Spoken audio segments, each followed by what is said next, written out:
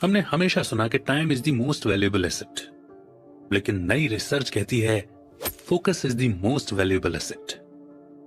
क्या आप आसानी से डिस्ट्रैक्ट हो जाते हैं? वो क्या है जो आपको कोई काम करने के लिए मोटिवेट करता है? कंसंट्रेशन ऐसी स्किल नहीं है जो आप आसानी से पा सकते हैं, लेकिन कोई भी एक बार में घंटों तक कंसंट्रेट करना सीख सकता है। बदले में आप अपने मन के भटकने को कम कर सकते हैं, टाल मटोल की आदत को बंद कर सकते हैं और लेजर शार्प फोकस पा सकते हैं। तो आज की बुक समरी इसी बारे में है। आज की बुक समरी है laser sharp focus, a no fluff guide to improved concentration, maximise productivity and fast track to success, जिसे लिखा है जोएना जेस्ट ने। जोएना जेस्ट एक ऑथर और एंटरप्रेन्योर हैं। उन्होंने बिजनेस करते हुए डॉक्टर बनने की ट्रेनिंग ली। उन्होंने अपने समय को अच्छी तरह से मैनेज करना सीखा। जोएना प्रोफेशनल्स को अलग अलग स्ट्रेटेजी का इस्तेमाल करके अपने मोटिवेशन और प्रोडक्टिविटी को फिर से पाने में मदद करती हैं। आइए शुरू करते हैं आज की book summary laser sharp focus by Joanna Jest. आज के समय में अगर आप मल्टीटास्किंग नहीं कर रहे हैं तो आपको अनप्रोडक्टिव के रूप में देखा जाता है।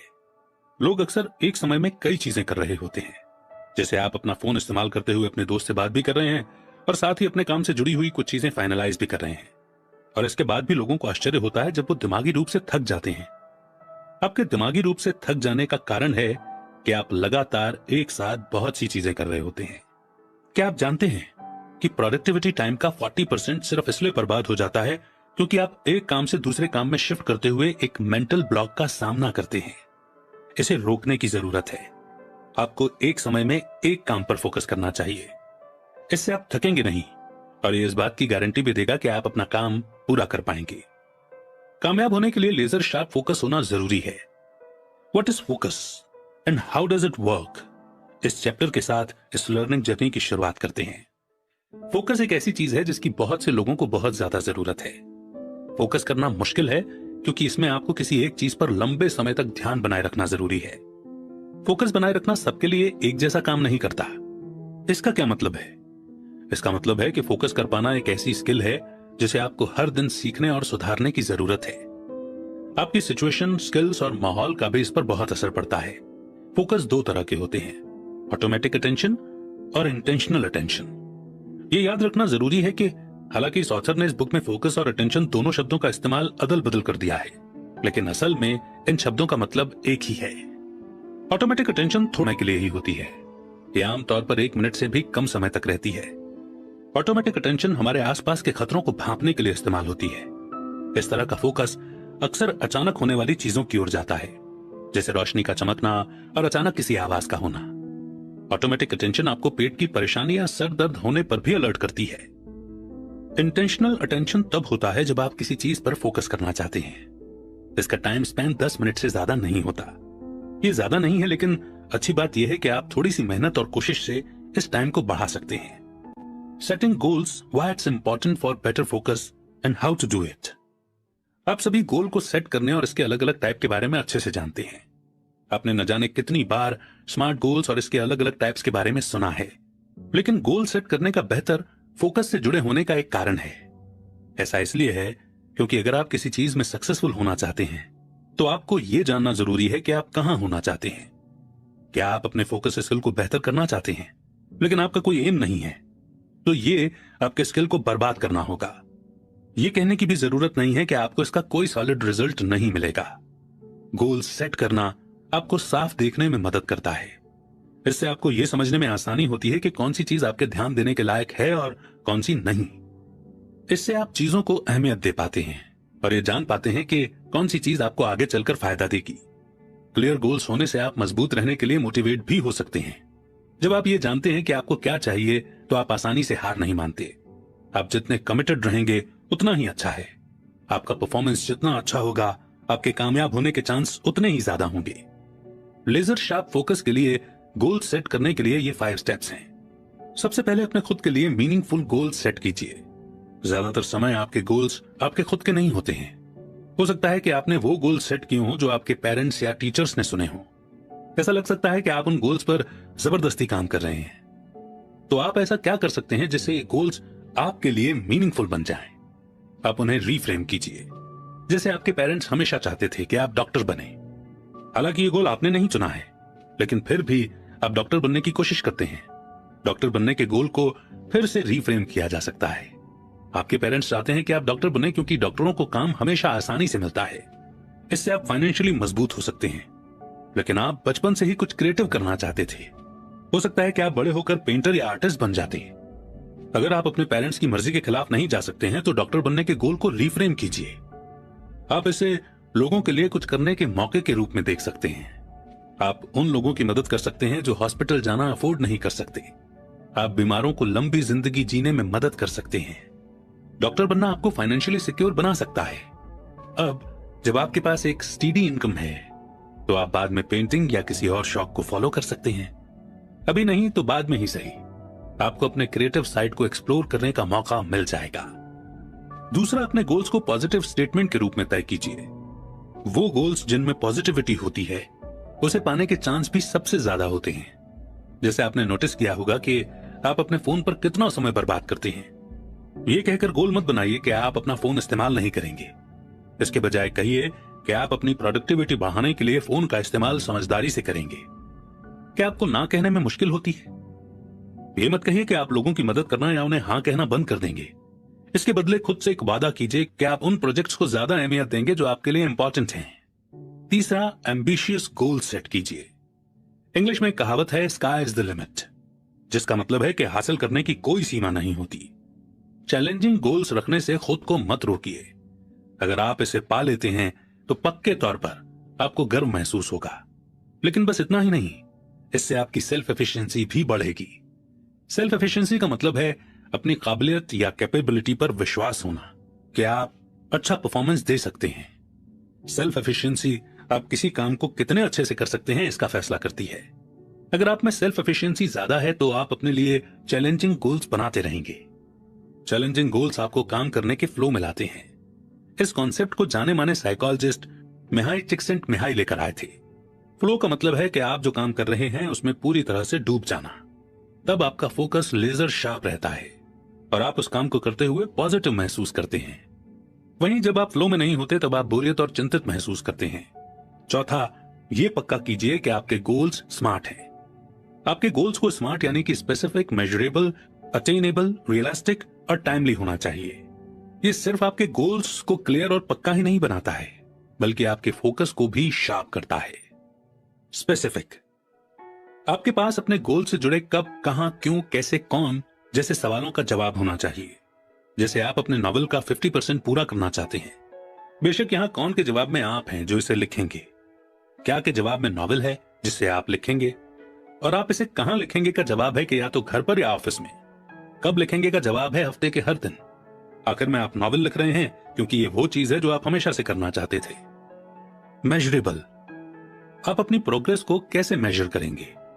आप एक दिन में कितने शब्द लिखेंगे, क्या ऐसे मेजर करेंगे या कितने घंटे आपने लिखते हुए बिताएंगे इसके जरिए करेंगे।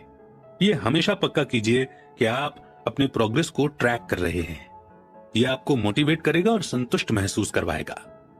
अटेनेबल, खुद को आंकने के लिए समय निकालिए। क्या आपके पास अपना गोल पूरा करने के लिए स्किल, नॉलेज और एजुकेशन है? अगर आपका गोल पूरा करने में कोई रुकावट है तो क्या आप उस रुकावट को पार करने के लिए तैयार हैं? रियलिस्टिक, आपको अपने गोल को पाने का रास्ता जितना भी आसान और छोटा लगे उसे कम मत समझिए। ज्यादातर नए एंटरप्रेन्योर्स को लगता है कि जॉब और उनके साइड बिजनेस को एक साथ करना आसान होगा। उन्हें इसका अंदाजा भी नहीं होता कि यह कितना थकाने वाला है। इसके लिए आपके गोल का आपके शरीर, दिमाग और इमोशंस पर क्या असर पड़ेगा, इस बारे में सोच लें। फिर आपके गोल को पूरा करने के लिए एक रियल डेट तय कीजिए। टाइमली, टाइमली यानी कि एक डेडलाइन बनाइए। डेडलाइन असल में आपको अपने गोल से जुड़े काम को पूरा करने के लिए मोटिवेट करती है, लेकिन डेडलाइन होने का एक नेगेटिव असर भी पड़ सकता है। कुछ लोग लास्ट मिनट में किसी गोल पर काम करने का इंतजार करते रहते हैं। यह बेवजह के स्ट्रेस को पैदा कर सकता है। इसका मतलब है कि आपका किया हुआ काम एवरेज भी हो सकता है। इसलिए जब डेडलाइन की बात आती है तो सिस्टमेटिक अप्रोच रखना जरूरी होता है। अपने काम करने के तरीके को समझिए, फिर उसके हिसाब से एक टाइम फ्रेम तय कीजिए। ऐसा करने से डेडलाइन पास आने पर आप बेमतलब स्ट्रेस में नहीं होंगे। पांचवा, बड़े गोल से शुरू कीजिए और फिर धीरे धीरे आगे बढ़िए। आपका अंतिम गोल क्या है? क्या वो कुछ ऐसा है जिसके बारे में आपको शक है? क्या आप उसे पा सकते हैं? क्या एक ये बड़ा डराने वाला गोल है? इससे कोई फर्क नहीं पड़ता। इसे बस कागज पर लिखिए और बड़े बड़े अक्षरों में लिखिए, या आप किसी सॉफ्टवेयर का इस्तेमाल कर सकते हैं, जो भी आपको सही लगे। फिर अपने बड़े गोल के ठीक नीचे कब, क्यों, क्या, कैसे, कौन लिखिए। याद रखिए कि आपको स्मार्ट गाइडलाइन को फॉलो करना है। उस कागज के निचले भाग में अपनी करंट प्रोग्रेस लिखिए। क्या आप अभी भी अपने राइटिंग गोल के 25% पर हैं? तो फिर अपने बड़े गोल और करंट प्रोग्रेस के बीच के स्टेप्स का हिसाब लगाइए। ये स्टेप्स ऐसे होने चाहिए जो आपको जहां हैं वहां से जहां आप पहुंचना चाहते हैं वहां पहुंचने में मदद करें। इसमें छोटे गोल या माइलस्टोन्स भी हो सकते हैं जो आपके बड़े गोल को पूरा करने के लिए जरूरी हैं। इसमें टाइम फ्रेम या डेडलाइन डालना ना भूलें। इसी के साथ बढ़ते हैं नेक्स्ट चैप्टर की ओर, motivation. To motivate or not to motivate and why I believe getting motivated is overrated. Google पर मोटिवेशन वर्ड ढूंढने की कोशिश कीजिए। इसमें कोई शक नहीं है कि वहां इसके लाखों रिजल्ट्स होंगे। मोटिवेटेड रहने के आर्टिकल से लेकर उन वॉलपेपर्स तक जो आप लॉक स्क्रीन के रूप में सेट कर सकते हैं या आप अपने बिस्तर के ऊपर प्रिंट कर सकते हैं। ये खुद ब खुद मान लिया गया है कि आपको सक्सेसफुल होने के लिए मोटिवेशन की जरूरत है, लेकिन सच्चाई ये है कि मोटिवेशन भरोसेमंद चीज नहीं है और आप इसके बिना भी पक्के तौर पर सक्सेसफुल हो सकते हैं। मोटिवेशन महसूस करने के बारे में है। अगर कोई आपसे पूछता है कि क्या ये समरी सुनकर या पढ़कर आप मोटिवेट हुए, तो आप कहेंगे हां जरूर। लेकिन अगर आप मोटिवेट नहीं हुए तो क्या होगा? तब आप क्या कर सकते हैं?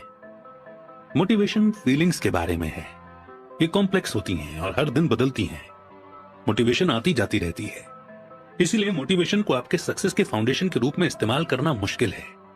लोग सक्सेसफुल होने के लिए मोटिवेशन को बार बार इस्तेमाल करते हैं, लेकिन अगर आप उन लोगों में से नहीं हैं तो आपको बुरा महसूस करने की जरूरत नहीं है। आपको ये कैसे पता चलेगा कि आपके काम न कर पाने का कारण मोटिवेशन की कमी है?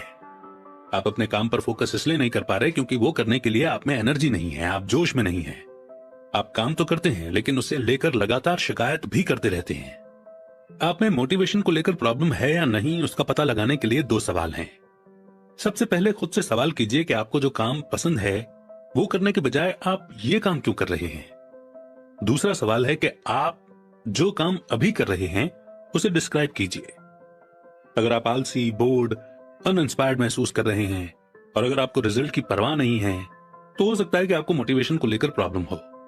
यह हमेशा याद रखिए कि मोटिवेशन लगातार नहीं बनी रहती है। हो सकता है कि शुरू में इस काम को लेकर आप इंटरेस्टेड हों, लेकिन बाद में यह आपको बोझ महसूस होने लगा हो। तो आप इस काम के साथ आगे कैसे बढ़ेंगे? सबसे पहले आपको यह सीखना होगा कि मोटिवेशन काम कैसे करता है। साइकोलॉजिकल नजरिए से मोटिवेशन इंट्रिंसिक यानी अंदर के या एक्सट्रिंसिक यानी बाहर के फैक्टर से आ सकती है। इंट्रिंसिक मोटिवेशन एक ऐसी मोटिवेशन है जो इंसान के अंदर से आती है। यह लंबे समय तक रहती है और यह पावरफुल भी है। इंट्रिंसिक मोटिवेशन किसी चीज को लेकर आपका पैशन होता है। यह आपको सेटिस्फेक्शन की फीलिंग देता है और आप इसे कभी नहीं छोड़ते। वहीं एक्सट्रिंसिक मोटिवेशन बाहरी फैक्टर के कारण होता है, जैसे आप अपने असाइनमेंट इसलिए करते हैं क्योंकि आपको अच्छे मार्क्स चाहिए। दूसरे एग्जाम्पल रिवॉर्ड, सजा से बचना और तारीफ पाने की इच्छा हो सकते हैं। किसी चीज पर फोकस करने के लिए आपके पास इंट्रिंसिक और एक्सट्रिंसिक दोनों तरह के मोटिवेशन होने चाहिए। सबसे जरूरी बात यह है कि आपके पास इन फैक्टर्स का सही मिक्सचर होना चाहिए। तो आप क्या करेंगे अगर आपका इकलौता मोटिवेशन एक्सट्रिंसिक मोटिवेशन है? सिर्फ इस तरह का मोटिवेशन होना सही नहीं है। हाँ, पैसा, तारीफ और दूसरे इनाम पाना अच्छा लगता है, लेकिन यह खुश करने वाली फीलिंग कुछ समय के लिए ही होती है। इसकी गुंजाइश ज्यादा है कि समय के साथ आपकी मोटिवेशन भी धीरे धीरे कम होती जाएगी। जैसे किसी बुक के 2 चैप्टर पढ़ने के बाद खुद को चॉकलेट का इनाम देना काम कर सकता है, लेकिन ये चॉकलेट आपको अगले 10 चैप्टर पढ़ने के लिए मोटिवेट करने के लिए काफी नहीं है। इस सिचुएशन में आप अपनी एक्सट्रिंसिक मोटिवेशन में इंट्रिंसिक ड्राइवर्स को ढूंढ सकते हैं। एग्जाम्पल के लिए ऑथर को ही लीजिए। जब जोएना यूनिवर्सिटी में थी तो वो अक्सर भूल जाती थी कि वो पढ़ाई क्यों कर रही हैं। उनका पूरा फोकस असाइनमेंट और एग्जाम पास करने में ही चला जाता था। जो भी कॉलेज गया है वो जानता है कि ये कितना थकाने वाला हो सकता है। भले ही आपके मार्क्स एवरेज हों या अच्छे हों, आप डीमोटिवेट हो सकते हैं। जब जोएना डीमोटिवेटेड यानी निराश महसूस करती थी तो वो खुद को याद दिलाती थी कि उन्होंने स्कूल जाना क्यों शुरू किया था। ये उनकी इंट्रिंसिक मोटिवेशन थी कि वो डॉक्टर बनकर लोगों की मदद करें। ये उन्हें टाल मटोल में समय बर्बाद न करके पढ़ाई पूरी करने के लिए मोटिवेट करता था। एक्सट्रिंसिक मोटिवेटर सुनने में खोखला सा लगता है, लेकिन ऐसा कौन है जिसे तारीफ या रिवॉर्ड पाने की इच्छा नहीं होती? लेकिन जब एक्सट्रिंसिक मोटिवेटर्स की बात आती है तो गहराई से सोचना अच्छा होता है। गहराई से सोचकर इंट्रिंसिक मोटिवेटर्स का पता लगाएं, इस तरह आप अपने गोल्स को पा सकते हैं। नेक्स्ट चैप्टर है your mind. Manage your mind for a laser sharp focus. चिंता, घबराहट, एक्साइटमेंट या पहले से ही कुछ लेना जैसी स्ट्रॉन्ग फीलिंग्स आपको फोकस करने से रोकती हैं। क्या अगर जब 1 घंटे में एग्जाम होने वाला हो तो आप अपने टेक्स्ट बुक पर कंसंट्रेट कर पाते हैं? अगर लंच टाइम में आप किसी खास के साथ खाना खाने के बारे में सोच रहे हैं तो क्या प्रोफेसर जो पढ़ा रहे हैं उस पर ध्यान दे पाएंगे? इमोशंस बहुत पावरफुल होते हैं। वे आपके दिमाग को जरूरी चीजों पर ध्यान देने के बजाय दूसरी चीजों पर ध्यान देने के लिए कंट्रोल कर सकते हैं। लेकिन अच्छी बात यह है कि आप इमोशंस का इस्तेमाल अपने फायदे के लिए भी कर सकते हैं। आप अपनी फीलिंग्स का इस्तेमाल करके लंबे समय के लिए फोकस कर सकते हैं। इमोशंस आपकी जिंदगी को रंगीन बनाते हैं। जब आप फेसबुक पर क्यूट एनिमल्स के वीडियोस देखते हैं तो क्या महसूस करते हैं? शायद आप तुरंत खुश महसूस करते हैं। ये कहने की जरूरत नहीं है कि ये फीलिंग तुरंत आती है। ये उस फीलिंग की तरह नहीं है जो आपको अपना काम या प्रोजेक्ट पूरा करने के बाद आती है। इसीलिए काम को कल पर टालने या टालमटोल करने की आदत की लत हो जाती है, क्योंकि आपको तुरंत मिलने वाले सेटिस्फेक्शन, खुशी या रिवॉर्ड से अच्छा महसूस होता है। तो आप इमोशंस को मैनेज करने के लिए क्या कर सकते हैं? चाहे वो नेगेटिव हो या पॉजिटिव, आपके इमोशंस ध्यान भटकाने का काम कर सकते हैं। अपने इमोशंस को बेहतर तरीके से मैनेज करने के लिए यहां 5 स्टेप्स बताए गए हैं। सबसे पहले अपने ऑफिस का काम ऑफिस में और घर की परेशानी को घर पर ही छोड़ दें। दूसरे शब्दों में, किसी नेगेटिव इवेंट के बोझ को अपने ऊपर दिन भर हावी ना होने दें। किसी अच्छी घटना को लेकर आप खुश रह सकते हैं, लेकिन कोशिश कीजिए कि आपके खुश होने का जो कारण है वो आप घर या ऑफिस में ही छोड़ दें। इस तरह आपके मन में और कोई ख्याल नहीं चलेगा। जैसे ही आप दरवाजा बंद करते हैं तो ये इमेजिन कीजिए कि आप उन इवेंट्स को दरवाजे के पीछे ही छोड़ रहे हैं जो आपके इमोशंस को ट्रिगर करते हैं। दूसरा, अपने दिमाग को शांत रखिए और खाली रखिए। आपको अपने काम और घर को पूरी तरीके से अलग रखने की जरूरत है। इस तरह आप एक जगह के इमोशनल इवेंट्स को दूसरी जगह नहीं ले जाते। जोएना अपने दिमाग को शांत करने के लिए वॉक करके फ्रेश महसूस करती हैं। आप कुछ पढ़ भी सकते हैं या म्यूजिक सुन सकते हैं। तीसरा है नींद। जरूरत के हिसाब से सोकर अपनी थकान मिटाइए। नींद बहुत जरूरी है। नींद में ही इफेक्टिव लर्निंग और मेमोरी फॉर्मेशन भी होती है। आज के समय में कम सोने को अच्छा बताया जाने लगा है। अगर आप अच्छी तरह से आराम नहीं कर रहे हैं तो यह आपके मेहनती होने की निशानी माना जाता है। इससे सावधान हो जाइए। आपको इस तरह से सोचना बंद करने की जरूरत है। नींद की कमी आपको चिड़चिड़ा बनाती है और यह आपके इमोशंस को हैंडल करने की एबिलिटी को भी कम करती है। नींद की कमी से आप अपने इमोशंस को खुद पर हावी होने देते हैं। आपके दिमाग को जब आराम की जरूरत हो उसे आराम दीजिए। 15-20 मिनट की पावर नैप आपको रिचार्ज कर सकती है। चौथा, हल्के से और आराम से काम कीजिए। चौथे स्टेप में रिजल्ट्स आने में थोड़ा समय लगेगा, लेकिन इसका असर आपके लिए अच्छा हो सकता है। हर एक चीज को आपके इमोशनल इन्वेस्टमेंट की जरूरत नहीं होती है। मान लीजिए कि आप लगभग हर बात पर आसानी से परेशान या नाराज हो जाते हैं। ये एक साइन है कि आपको यह सोचने की जरूरत है कि आपकी जिंदगी में क्या इंपॉर्टेंट है। इससे आपको पता चलेगा कि आप छोटी छोटी बातों पर ओवर रिएक्ट कर रहे हैं और यह आपकी जिंदगी में बहुत सी जगह और एनर्जी ले सकता है। इसीलिए जो आपकी जिंदगी में जरूरी नहीं है उसे खुद से दूर कर दीजिए। हाँ, सोशल मीडिया स्क्रॉल करना रिलैक्सिंग हो सकता है, लेकिन यह बहुत ज्यादा स्ट्रेस भी पैदा कर सकता है। आप खुद अपने आप को दूसरों से कंपेयर करने से रोक नहीं पाएंगे और यह कहने की जरूरत नहीं है कि यह आपका बहुत टाइम बर्बाद करता है। पांचवा, अपना काम करने के लिए बैठने से पहले एक इमोशनल डंप लीजिए। इसका मतलब है कि अपनी उन फीलिंग्स को बाहर निकालना जो आपके अंदर भरी हुई हैं। इसमें आपको एडवाइस या सपोर्ट नहीं मांगना है। इसमें सिर्फ आपकी फीलिंग्स को बाहर निकालना है। अगर आप इसे किसी दोस्त के सामने निकालना चाहते हैं तो उन्हें आपके ऐसा करने का कारण बताएं। उन्हें बताएं कि आप सलाह नहीं मांग रहे हैं, आप उनके कमेंट्स नहीं सुनना चाहते, बस आप इतना चाहते हैं कि कोई आपको सुने। अगर यह तरीका अनकंफर्टेबल है तो आप अपने थॉट्स को एक जर्नल में लिख सकते हैं। जर्नल लिखना एक ऐसा इफेक्टिव तरीका है जिसमें आपको अपनी फीलिंग्स की भड़ास निकालने के लिए किसी दूसरे इंसान की जरूरत नहीं होती। आप जो असल में महसूस कर रहे हैं उसे दबाइए मत, उसमें काट छांट मत कीजिए, उसे वैसे का वैसा लिखिए।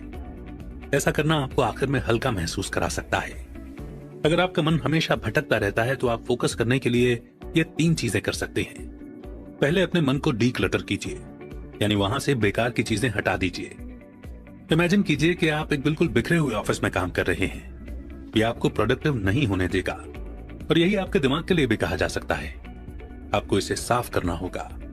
इसके बाद हमेशा अपने आसपास एक स्टिकी नोट या नोटबुक रखिए। आप अक्सर कोई काम करते हुए इसलिए भटक जाते हैं क्योंकि आपके दिमाग में बहुत कुछ चलता रहता है और आइडियाज आते रहते हैं। दूसरा, एक सिस्टम बनाइए। अगली बार जब आपका मन भटकने लगे तो नोटबुक की मदद लीजिए और आपके दिमाग में जो चल रहा था उसे तुरंत लिख लीजिए। इस तरह आप एक क्लियर बाउंड्री बना पाएंगे। आपने पहले ही आइडिया लिख लिया है तो आप इसे भूलेंगे नहीं। जब आपके पास उस आइडिया पर काम करने के लिए खाली समय हो तो आप वो कर सकते हैं। तीसरा, इसे आइडेंटिफाई कीजिए, एक्सेप्ट कीजिए और फिर जाने दीजिए। इस बात को समझिए कि आपका ध्यान भटक रहा है। खुद से कहिए कि मैं फिर से उस ख्याल से डिस्ट्रैक्ट हो रहा हूं या हो रही हूं। फिर कहिए, लेकिन मुझे इस काम पर फोकस करने की जरूरत है। एक फिजिकल सेंसरी एक्शन लीजिए ताकि आप डिस्ट्रैक्टेड होने की हालत से फोकस्ड होने की हालत में आ सकें। जैसे कुछ लोग अपनी कलाई पर हल्के से पिंच करते हैं, ऑथर जोएन अपनी नाक छूती हैं। यह उनके लिए फोकस करने का साइन है। आपके दिमाग को इसके जरिए फिर से फोकस होने में कुछ समय लगेगा, लेकिन आप जितना ज्यादा इसकी प्रैक्टिस करेंगे ये उतना ही ज्यादा इफेक्टिव होता जाएगा। और अब कंक्लूजन, यानी कि जो कुछ भी अभी तक पढ़ा और सुना उसके की पॉइंट्स हम रिवाइज करेंगे। आपने इस समरी में आपके फोकस को लेजर शार्प करने में मदद करने वाले फैक्टर्स के बारे में सीखा। ये सिर्फ एक स्ट्रिक्ट शेड्यूल या हमेशा मोटिवेटेड होने के बारे में नहीं है। सबसे पहले आपने सीखा कि फोकस क्या है। फोकस होने का मतलब है एक ही काम पर लंबे समय तक ध्यान लगाए रखना। दूसरा, आपने सीखा कि अपना फोकस बनाए रखने के लिए गोल सेट करना जरूरी है। एक गोल बनाना आपको यह समझने में मदद करता है कि क्या काम समय की बर्बादी है और किस चीज में समय लगाना सही है। एक मीनिंगफुल गोल सेट कीजिए और यह पक्का कीजिए कि वो एक पॉजिटिव स्टेटमेंट हो। इस बात पर भी ध्यान दीजिए कि आपके गोल्स एम्बिशियस हों पर एक स्मार्ट फॉर्मेट को फॉलो करते हों। आखिर में अपने सबसे बड़े गोल के बारे में सोचिए और उस तक पहुंचने का रास्ता और उस रास्ते पर आप अभी कहां हैं इसका एक मैप बनाइए।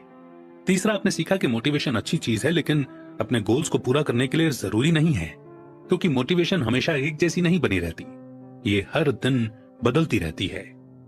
लेकिन अगर आप सक्सेस तक पहुंचने के लिए मोटिवेशन चाहते हैं तो आपको पता होना चाहिए कि ये 2 तरह के होते हैं, इंट्रिंसिक मोटिवेशन और एक्सट्रिंसिक मोटिवेशन। इंट्रिंसिक मोटिवेशन वो चीज है जिसके बारे में आप पैशनेट होते हैं। ये आपको किसी एक स्किल या सब्जेक्ट को मास्टर करने के लिए भी मोटिवेट करती है। एक्सट्रिंसिक मोटिवेशन इनाम, तारीफ और कॉम्पनसेशन के रूप में आती है। आपको कामयाब होने के लिए दोनों मोटिवेटर्स के एक सही मिक्सचर की जरूरत है। चौथा, आपने सीखा कि अपने इमोशंस का इस्तेमाल करके कैसे फोकस करना है। इमोशंस पावरफुल होते हैं और वो आप पर हावी हो सकते हैं, लेकिन अगर आप इसका इस्तेमाल अपने फायदे के लिए करते हैं तो आप हर काम बहुत जल्द पूरा कर सकते हैं। फोकस्ड और डेडिकेशन रहना एक ऐसी आदत है जिसे आपको हर दिन प्रैक्टिस करने की जरूरत है। ये ऐसा है जैसे आपको आपके शरीर को मजबूत बनाने के लिए रोज एक्सरसाइज करने की जरूरत होती है। आप में बहुत पोटेंशियल है और अनगिनत मौके आपका इंतजार कर रहे हैं, तो टाल मटोल करके इन्हें बेकार ना जाने दें। फोकस्ड रहिए, सही कारणों के जरिए मोटिवेटेड रहिए और कभी हार मत मानिए। और अगर आप इस समरी में बताए गए सिद्धांतों का पालन करते हैं तो दैट इज फॉर श्योर कि सफलता आपके गले का हार होगी। Success is certain for you. कौन सा लर्निंग पॉइंट इस समरी में आपका दिल छू गया, आपको बहुत अच्छा लगा, आपके लिए अवेकनिंग या बल बॉर्न मूवमेंट था, उसे कमेंट सेक्शन में लिखिए ताकि आप उस पॉइंट को हमेशा याद रखें और दूसरे भी उस पॉइंट से बहुत कुछ सीख सकें। आपके कमेंट्स का इंतजार रहेगा।